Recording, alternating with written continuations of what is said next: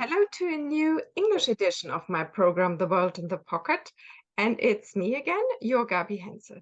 Today, I'm going to take a virtual journey with you to India. And I welcome the Englishman, Luc Jones, who recently, for work reason, relocated to Bengaluru, the capital of the Indian state of Karnataka. Hello, Luca. Hi, or Sorry. namaste, as we say locally. Sorry?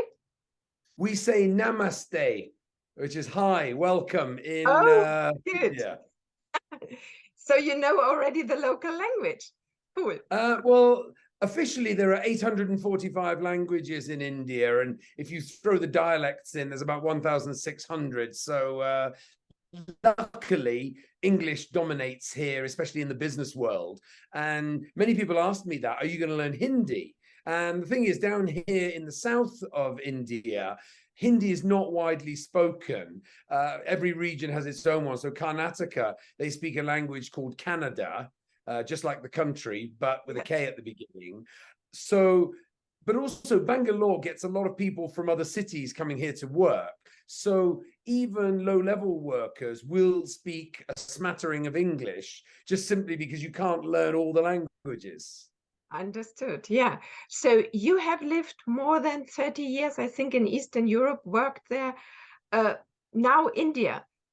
So the difference you spotted, the first difference, can you name three? Yes, absolutely. I mean, give you a simple example. I wrote a book called Why Russians Don't Smile, because that's the main stereotype that people have about Russians, even though it's not strictly true. And now everybody's saying to me, Luke, so when are you going to write a book called Why Indians Always Smile? Now, that's one big difference, maybe because it's cold in Russia and it's warm in India, but people are immediately very smiley, very bubbly, very warm to you. Russians are, after a while, once they get to know you, but not immediately or very rarely. So that's one of the big differences. I've also found that it's extremely chaotic here, that Indians will tell you that the whole country is organized chaos.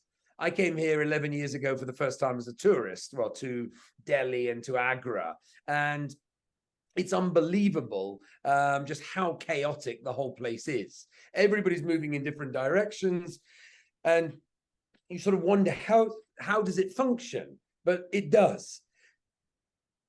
You know, nobody's quite sure, and I think just because the country has grown so quickly. I mean, when India became independent, the population was just over 250,000. It's now 1.4 billion people in 75 years. Now that's incredible.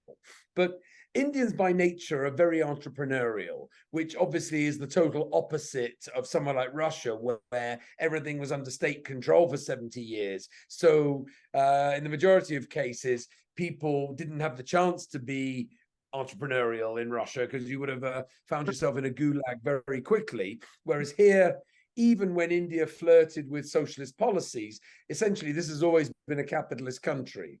Probably the other thing is, as I mentioned, the fact that English dominates very much here, particularly in business. So although Indians like it if you speak a few words of their language, they don't expect foreigners to speak any Hindi or anything else. They're actually quite happy to speak to you in English. So a lot of contrasts, but so far so good. Good. So Bengaluru is called the India's Silicon Valley. So it's on, I guess it is very modern, very digital, but is there a traditional side of the city as well?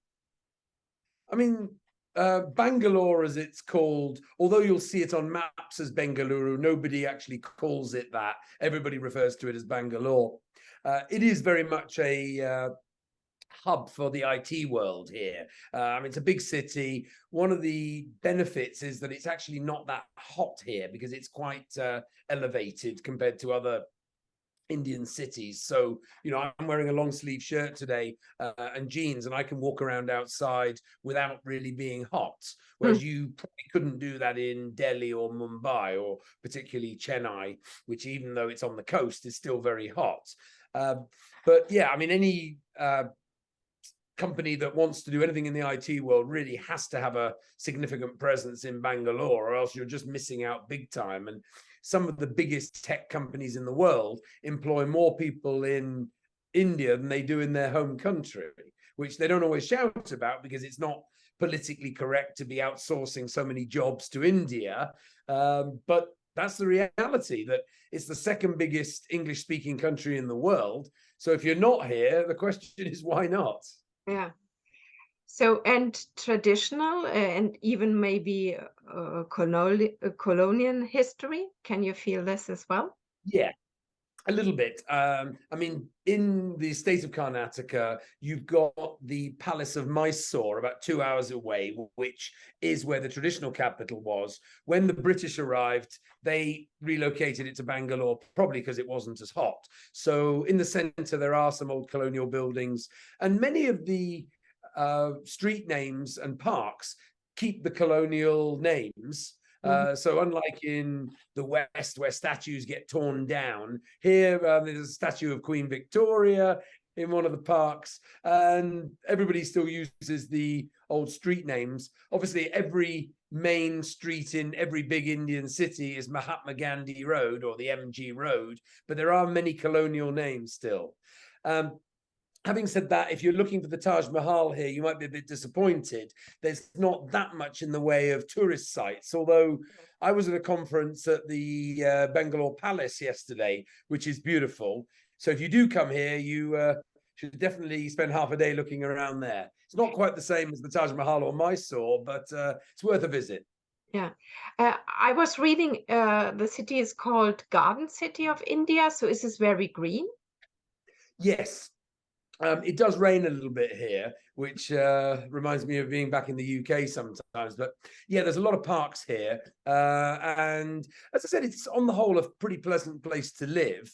Yeah. I've been fortunate enough to visit quite a few other cities, mainly Mumbai and Delhi for business, because unlike, say, the UK, which is very London-centric with a few other smaller cities, India isn't like that. It's very scattered throughout the country. So the company I work for now has offices in 22 different cities. Now, I haven't been to all of them, and I don't know if I will get to all of them, maybe at some stage. But it's a big country. There's a lot to see.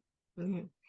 What's about pollution? That's always comes up when you think about India and big cities, a lot of people, and obviously poverty. Oh, excuse me. First of all, they've had a big eco drive here. So a lot of the rickshaws, the auto rickshaws, are now running on, let's say, much more environmentally friendly fuel. That's noticeable. That people tend to associate China with smog, but smog doesn't really seem to be that much of a problem here. Bangalore, mainly because it's a high-tech hub and it attracts people here for work. I'm not saying there are no slums, but there are no obvious ones. India, on the whole, I would say suffers from huge inequality. That Indians themselves will tell you that we have more millionaires than Europe and more poor people than Africa, which might be a slight exaggeration, but over here, you can see it, that there are, clearly, shanty towns and slums, but not so much in Bangalore. Just as I said, because of the nature of the city, we have a lot of people coming in from different regions to work. You said already you traveled a little bit already in Delhi, Mumbai. Did you had the opportunity to travel just for tourism as well? Have you been somewhere? The first trip I made, well, let's take a step back. I asked my predecessor, who was a Canadian guy who worked here for 5 years, what advice would you give me on living in Bangalore? What's the success to, or what's the key to success, I should say, for living in India? And he said, get out and explore the country. It's extremely diverse. Essentially, India as a country didn't really exist until the British showed up. The Persians called the region Hindustan, but essentially it was just a lot of different provinces kind of partly living side by side. It was only the British that amalgamated it, and now it's known as India. But the regions do vary wildly from one to another. And my predecessor said, Luke, get out and see India. Don't make the mistake that a lot of expats do, is they spend the weekend sitting in the Irish pub watching foreign sport, and they don't really get out and see much of India itself. Not your first cup. trip. No. I mean, I'm not saying I never go and watch sport. There's a cricket match tomorrow that we're going to go and see on TV. But and I should add that Bangalore is known as the craft beer capital of India. So there's a few brews worth sampling. But the important thing here, is to get out and about. And the first trip I made was down to a city called Madurai in the Tamil Nadu province, right in the very south. I mean, India's kind of like a V shape. And this is right down at the very bottom. And first of all, there's a huge Hindu temple that's worth visiting. But I was invited to a yoga school. Now, I'm the kind of person who thinks that my idea of exercise is eating a box of chocolates, and I can't even touch my toes, let alone stand on my head. And I thought, is this really for me? But I went there, and I'm glad I did, because there's obviously a lot of myths about yoga, but it was interesting to go to an ashram, an actual yoga retreat in the countryside, and see how it all works. And there were Indians there were foreign tourists, there were Indians who work abroad coming back and wanting to connect with their spiritual selves. So that was really interesting. I've also been down to the state of Kerala, which is where the Europeans first arrived. Yeah.